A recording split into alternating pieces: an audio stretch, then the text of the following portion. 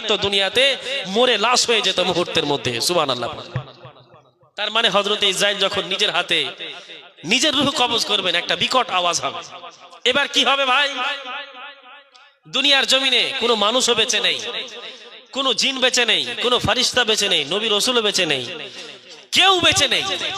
আসমান নেই, চন্দ্র নেই, সূর্য নেই, তারা নেই। এবার এগুলো কোথা থেকে পাবো আমি? যে আসমান চন্দ্র তারা কিছু পাওয়া যাবে না। আপনি কোরআন পড়েন, ওয়াইদাস সামাউন ফাতারাত ওয়াইদাল কাওয়াকিবুন তাসারাত ওয়াইদান নুজুমুন কাদারাত। আল্লাহ বলছেন আসমান থাকবে না, জমি থাকবে না, সূর্যের আলো থাকবে না, চন্দ্র থাকবে না, নক্ষত্র থাকবে না, গ্যালাক্সি থাকবে না, মেকওয়েল থাকবে না, কিছুই থাকবে না। আল্লাহ বলছেন সবকিছুকে আমি ধ্বংস করে দিব। শুধুমাত্র কিয়ামতের পূর্বে এমন একটা সময় থাকবে, শুধুমাত্র আমি আল্লাহ, আমি বেঁচে থাকবো। আমার ক্ষমতা, আমার কিংডম, আমার পাওয়ার, আমার অলমাইটি যা আছে সেটাই বেঁচে থাকবে। আমি আল্লাহ বেঁচে থাকবো, আমার সিফাত বেঁচে থাকবে। আর কোন জগতে, কোন দুনিয়াতে কেউ বেঁচে থাকবে না। এটা আল্লাহ ওয়াদা দিয়েছেন। রব্বুল আলামিন বলেছেন পবিত্র কোরআনুল কারীমে, কি বলেছেন? কুল্লু মান আলাইহা ফান ওয়া ইয়াবকা ওয়াজহু রাব্বিকা যুল জালালি ওয়াল ইকরাম। হে বিশ্বের মানুষেরা শোনো, পৃথিবী যেদিন আমি ধ্বংস করব, আমি আল্লাহ, সেদিন আমি সবকিছুকে ধ্বংস করব।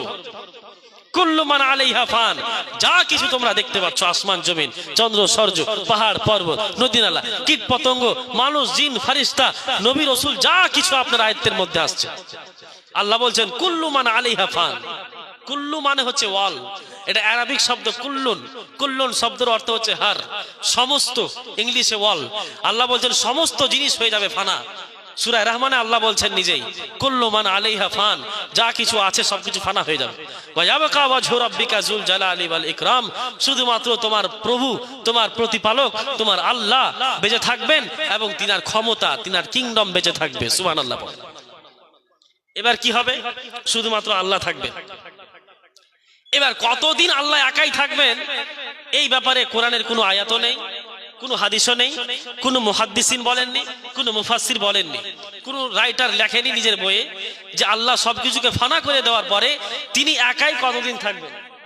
হতে পারে একটা মুহূর্ত, আবার হতে পারে কোটি কোটি বছর, সেটা আল্লাহ ছাড়া কেউ জানে না। আর এই ব্যাপারে বলাও যাবে না, যার কারণে আমিও বলছি না যে আল্লাহ কতদিন থাকবেন একাই। এবার আল্লাহ রাব্বুল আলামিন চাইবেন, ইচ্ছা করবেন যে হযরতে ইসরাফিলকে সৃষ্টি করা হোক। কাকে বলেন? কাকে? হযরতে ইসরাফিলকে সৃষ্টি করা হোক। আল্লাহ রাব্বুল আলামিন অনেক বছর পরে ইচ্ছা করবেন, পৃথিবীর জমিনে আমি মানুষকে পাঠিয়েছিলাম, জিন জাতি পাঠিয়েছিলাম, নবী রাসূলদেরকে পাঠিয়েছিলাম। আমি আল্লাহ সকল মানুষের কাছে জান্নাতের ওয়াদা দিয়েছি, জাহান্নামের কথা বলেছি। সেই দিনটা আমাকে কায়েম করতে হবে, আদল ও ইনসাফের দিন কায়েম করতে হবে, জাস্টিসের দিন কায়েম করতে হবে, বিচারের দিন কায়েম করতে হবে। যার কারণে আল্লাহ রাব্বুল আলামিন হযরতে ইসরাফিলকে সৃষ্টি করবেন, আর হযরতে ইসরাফিলকে বলবেন, ইসরাফিল রে, আমি আল্লাহ তোমাকে প্রথমে বানিয়েছিলাম 3টি ফুৎকারের কারণে, এখন পর্যন্ত তুমি 2টি ফুৎকার মেরেছো, তোমার জিম্মায় কারামে এখনো 1টি ফুৎকার বাকি আছে। আল্লাহ রাব্বুল আলামিন বলবেন, ইসরাফিল তুমি তোমার 3য় ফুৎকারটা সম্পূর্ণ করে দাও। হযরতে ইসরাফিল যখন 3য় ফুৎকার দিবেন, ফুৎকার দেওয়ার সাথে সাথে পৃথিবীর জমিনে যে যেখানে লাশ হয়ে পড়েছে, যে যেখানে মৃত্যুবরণ করেছে, মানুষ, জিন, নবী রাসূল, গওস, কুতুব, আবদাল, সমস্ত মানুষকে, সমস্ত জিন জাতি, সমস্ত ফারিস্তা, সমস্ত নবী রাসূলকে আল্লাহ রাব্বুল আলামিন আবার দ্বিতীয়বার জীবিত করবে। আল্লাহ জীবিত করবেন সমস্ত মানুষ, সমস্ত নবী রাসূলকে, সমস্ত ফারিস্তাকে, সমস্ত জিন জাতিকে। এবার কি হবে? সবাইকে জীবিত করে আল্লাহ একটা জায়গাতে নিয়ে গিয়ে আল্লাহ জমা করবেন। কেন জমা করবেন? এই যে আপনারা এখন বসে আছেন, as like that, এই মতো কিয়ামতের দিনে সবাই থাকবে।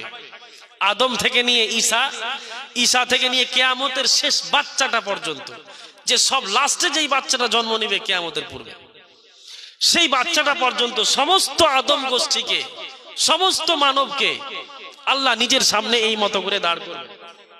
সমস্ত জিন জাতিকে আল্লাহ দাঁড় করবেন। মাসুম আনিল খাতা ফারিস্তা, যাদের কোনো গুনাহ নেই, তাদেরকেও আল্লাহ ফারিস্তাকে খাড়া করবেন নিজের সামনে। এমনকি সৃষ্টির সর্বশ্রেষ্ঠ মাখলুক নবী রাসূলদেরকেও আল্লাহ নিজের সামনে দাঁড় করবে। এবার হবে এখান থেকে মজার খেলা। এই যে আপনি আমি দুনিয়াতে এসেছি, 60 বছর 70 বছর 100 বছরের জীবন পেয়েছি, আপনি আমি কি আমল করেছি, কি করি নাই, কি গুনাহ করেছি, কি নেকি করেছি, কি আকাম করেছি, কি কুকাম করেছি, প্রত্যেকটা জিনিসের হিসাব কিন্তু আল্লাহর কাছে আছে, তাই না? রব্বুল আলামিন বলছেন ওয়া কুল্লা শাইইন আহসাইনাহু কিতাবা, আমি আল্লাহ আদম সন্তানের এবং জিন জাতিদের প্রত্যেকটা নেকির কথা, প্রত্যেকটা গুনাহের কথা গুনে গুনে লিপিবদ্ধ করে রেখেছি। সমস্ত জিনিসের কথা আল্লাহ লিখে রেখেছে। এবার কিভাবে আল্লাহ দাঁড় করবেন আল্লাহর সামনে, সেই কথাটাকে আল্লাহ বলছে শুনেন। আমি খুতবাতে যে আয়াত পড়েছিলাম, রব্বুল আলামিন বলেন ইয়াউমা ইয়াকুমুর রূহু ওয়াল মালাইকাতু সাফফা লা ইয়াতাকাল্লামুনা ইল্লা মান আযিনা লাহুর রহমান ওয়া ক্বালা সাওয়াবা।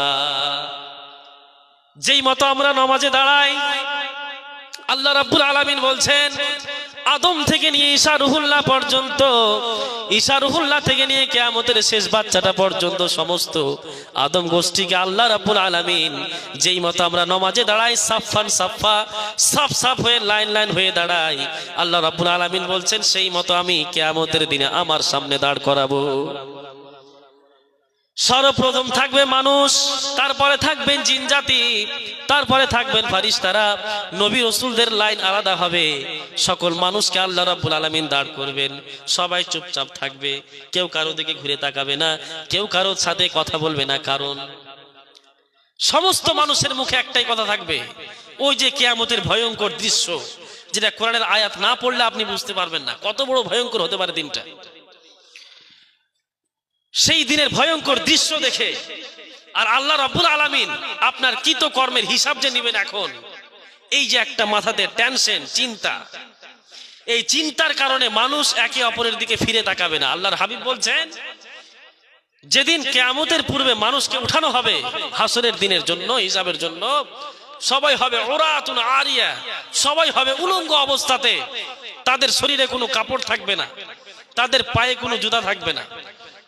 এবার হযরত আয়েশা বলেন ইয়া রাসূলুল্লাহ, সবাই যদি এই মতো নেকেট অবস্থাতে থাকে, দৃশ্যটা দেখতে কত খারাপ লাগবে, একটা লজ্জার বিষয়। আল্লাহর হাবিব বললেন আয়েশা, তুমি একে অপরের দিকে ঘুরে তাকার কথা বলছো, লজ্জার কথা বলছো আয়েশা। সেদিন প্রত্যেকটা মানুষ, এমনকি নবী রাসূল পর্যন্ত, যাদের কোনো গুনাহই হয়নি, ফারিস্তারা যারা মাসুম আনিল খাতা, যারা জীবনে গুনাহই করে না, সেই ফারিস্তারা পর্যন্ত নিজেকে নিয়ে এত ব্যস্ত থাকবেন, এত টেনশনে থাকবেন, চিন্তায় থাকবে যে মানুষ একে অপরের দিকে ঘুরে তাকার সময় পাবে না। আল্লাহু আকবার। রব্বুল আলামিন বলছেন ইয়াউমা ইয়াফিরুল মারউ মিন আখিহি ওয়া উম্মিহি ওয়া আবিহি ওয়া সাহিবাতিহি ওয়া বানি লিকুল্লি ইমরিইম মিনহুম ইয়াউমাইদিন শানুন ইউগনি। আল্লাহ বলছেন মানুষ মাকে দেখে পালাবে, মা ছেলেকে দেখে পালাবে, বাবা ছেলেকে দেখে, ছেলে বাবাকে দেখে, ভাই ভাইকে দেখে, আপনার জীবনের সাথী সঙ্গিনী আপনার স্ত্রী আপনাকে দেখে পালাবে। আল্লাহ বলছেন ও বানি, এমনকি আপনার ছেলে মেয়ে সন্তান সন্ততি কিয়ামতের দিনে এরাও আপনার পরিচয় দেবে না, নিবে না, আপনিও তাদের পরিচয় নেবেন না।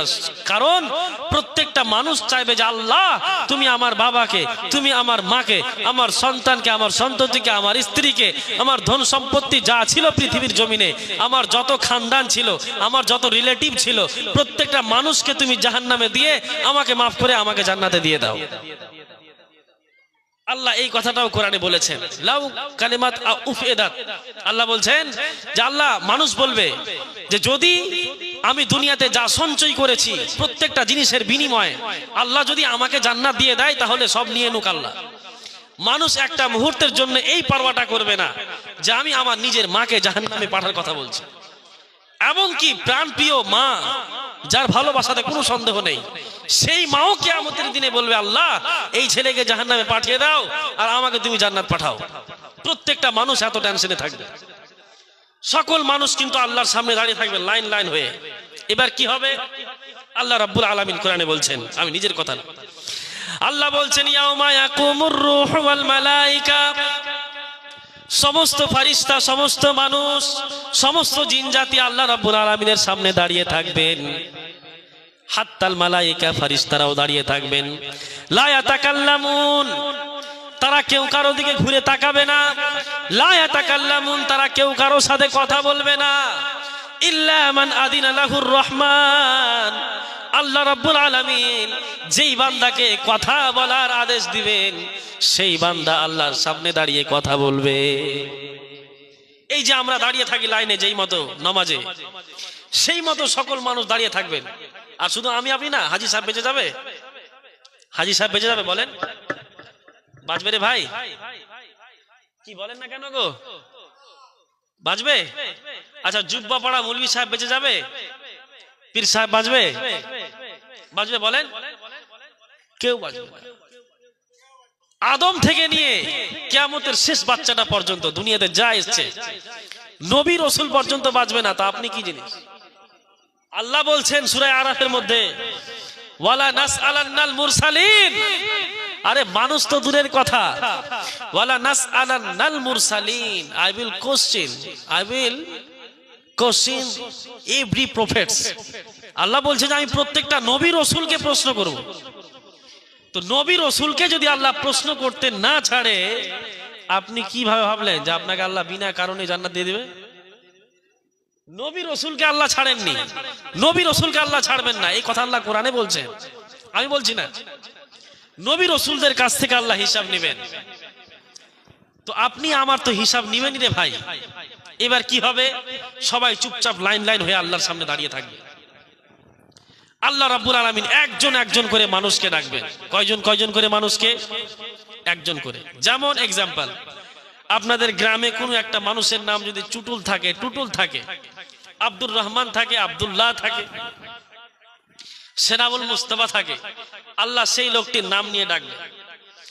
আল্লাহ এবার আপনাকে বলবেন কিয়ামতের সমস্ত মানুষের সামনে তুমি সমস্ত মানুষের দিকে তোমার মুখটা ফিরিয়ে নাও, সবার দিকে তুমি দেখো, তাকাও,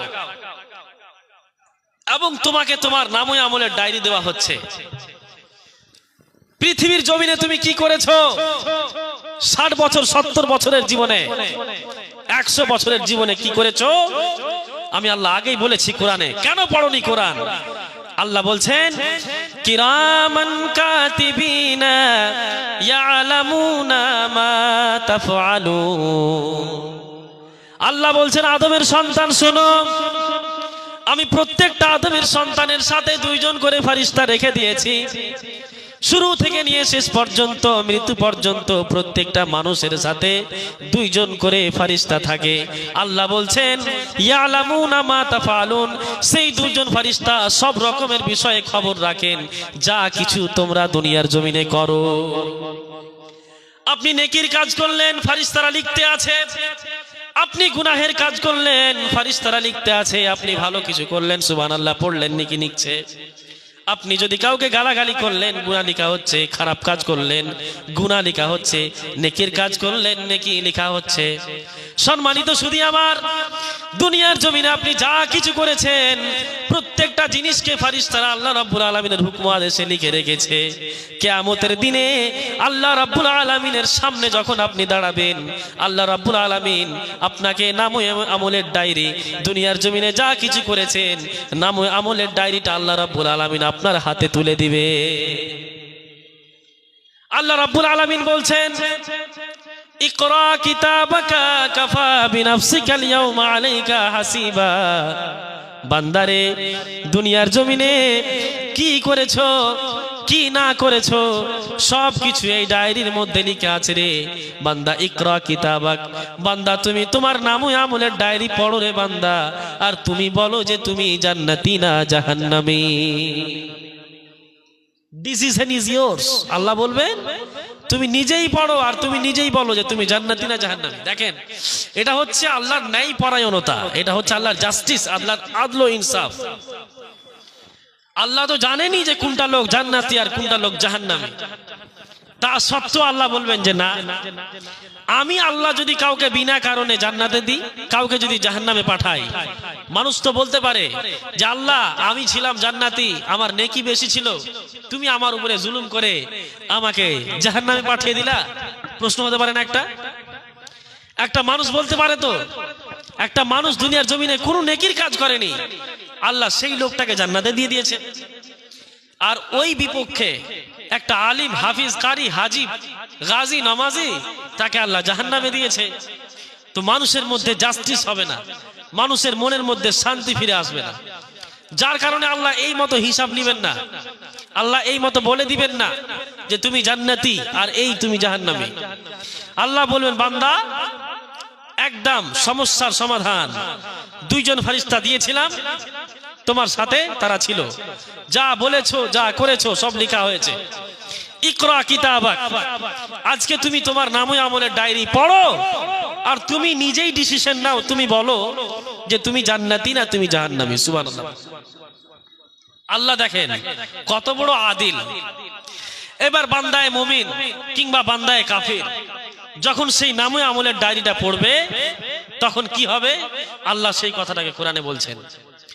আমি আপনি যখন কোনো কাফির মুশরিক নামে আমলের ডায়েরি ফেরেশতাদের কাছে থেকে যখন নিয়ে পড়তে আরম্ভ করবে, পৃথিবীর জমিনে সরিষার দানা পরিমাণ নেকির কাজ করেছে, পৃথিবীর জমিনে সরিষার দানা পরিমাণ গুনাহের কাজ করেছে, প্রত্যেকটা জিনিসকে আল্লাহ রাব্বুল আলামিন ফেরেশতা দ্বারা লিখে রেখেছেন। আল্লাহ রাব্বুল আলামিন বলবেন ইকরা কিতাবাকা কাফা বিনাফসিকা আল-ইয়াওমা আলাইকা হাসিবা। বান্দারে পৃথিবীর জমিনে যা কিছু করেছো, যা কিছু বলেছো সবকিছু লেখা হয়েছে, সবকিছুর হিসাব নেওয়া হবে। বান্দা পড়ো, নামে আমলের ডায়েরি পড়ো, পড়ে তুমি বলো যে তুমি জান্নাতি না জাহান্নামী। যখন বান্দা নামে আমলের ডায়েরি পড়বে তখন কি বলবে সেই কথাটাকেও আমার আল্লাহ কোরআনে বলে দিয়েছেন। সূরা কাফের মধ্যে আল্লাহ বলছেন ওয়ায়াকুলুনা আল মুজরিমুনা মিম্মা ফিহি